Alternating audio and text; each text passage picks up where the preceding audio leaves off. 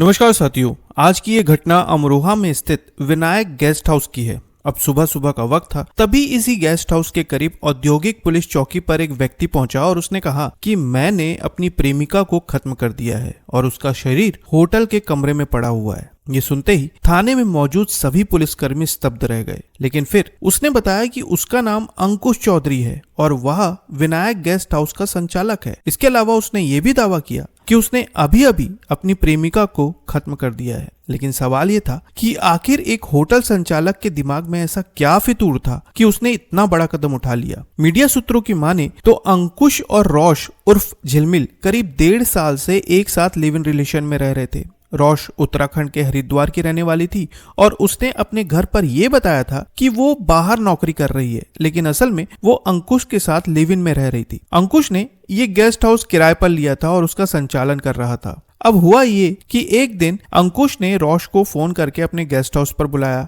और यहीं से एक नई कहानी की शुरुआत हुई। सोमवार दोपहर करीब 2 बजे रोश विनायक गेस्ट हाउस पहुंची। अंकुश ने उसे कमरे में बुलाया, फिर दोनों ने साथ में खाना खाया और फिर होटल के बाहर जाकर कुछ समय बिताया। देर शाम जब वे होटल लौटे तभी रोश के मोबाइल पर एक कॉल आया, जिसे लेकर अंकुश को शक हुआ कि शायद रोश का किसी और से भी रिश्ता है। इस बात को लेकर अंकुश ने अचानक रोश से एक सवाल किया कि क्या तुम किसी और लड़के से भी बात करती हो? रोश ने साफ इनकार कर दिया, लेकिन अंकुश को उसकी बातों पर भरोसा नहीं हुआ। दोनों के बीच बहस शुरू हो गई, जो धीरे धीरे बढ़ती चली गई। हालांकि उस समय अंकुश ने खुद को संभाल लिया और कहा कि इस बारे में अगली सुबह बात करेंगे। मंगलवार सुबह 7 बजे जब दोनों की नींद खुली तो फिर वही सवाल उठा, लेकिन इस बार बात इतनी ज्यादा बढ़ गई कि अंकुश ने गुस्से में आकर अवैध कट्टे से रोश पर हमला कर दिया। एक ही पल में सब कुछ बदल गया। रोश वहीं बिस्तर पर गिर पड़ी और उसकी धड़कनें थम गई। कमरे का माहौल पूरी तरह से शांत हो गया। अंकुश पूरी तरह से स्तब्ध था। उसे समझ में नहीं आ रहा था कि ये सब क्या हुआ।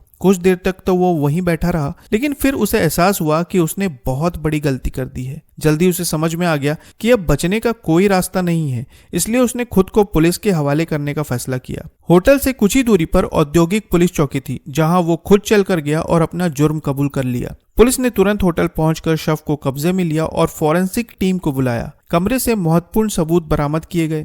जांच के दौरान पुलिस को पता चला कि अंकुश ने जिस बिल्डिंग में होटल खोला था उसे उसने 3 साल पहले किराए पर लिया था, जिसके लिए वो 40,000 रुपए किराया भी देता था। रोश की मां ने पुलिस में शिकायत दर्ज कराई और अंकुश के खिलाफ गंभीर धाराओं के तहत केस दर्ज कर लिया गया। खबरों की माने तो एसपी अमित कुमार आनंद ने बताया कि इस घटना की मुख्य वजह शक थी। पुलिस जांच में यह भी सामने आया कि अंकुश ने अवैध कट्टे का उपयोग किया था, जिसकी वजह से उस पर आर्म्स एक्ट की धारा भी लगाई गई। अब सवाल ये उठता है कि आखिर शक की बुनियाद इतनी मजबूत कैसे हो गई कि अंकुश ने बिना किसी ठोस सबूत के रोश को खत्म कर दिया? क्या उनके बीच पहले भी इस तरह की बहस हुई थी? पुलिस अब इन सभी सवालों के जवाब ढूंढ रही है, लेकिन एक बात तय है, इस घटना ने अमरोहा को झंझोकर रख दिया है। अंकुश का अंधा शक, एक नाजुक रिश्ते का कड़वा अंत और एक मां की दुनिया उजड़ने की कहानी। ये घटना न सिर्फ एक अपराध की दास्तान है, बल्कि ये भी बताती है कि किस तरह एक छोटी सी गलती एक बड़ा अपराध बन सकती है।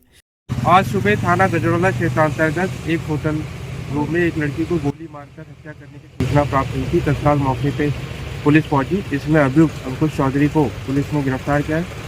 इसकी उम्र लगभग 25 वर्ष है। थाना बचराई का निवासी है। इसमें जो लड़की मृत है इसकी उम्र 20 वर्ष है लगभग और ये हरिद्वार की रहने वाली है। इसने पूछताछ में बताया है कि इस लड़की से इसका प्रेम संबंध पिछले लगभग 1.5 वर्षों से था। कल इसने फ़ोन करके इसे होटल में बुलाया था और इनके बीच में वाद विवाद हुआ।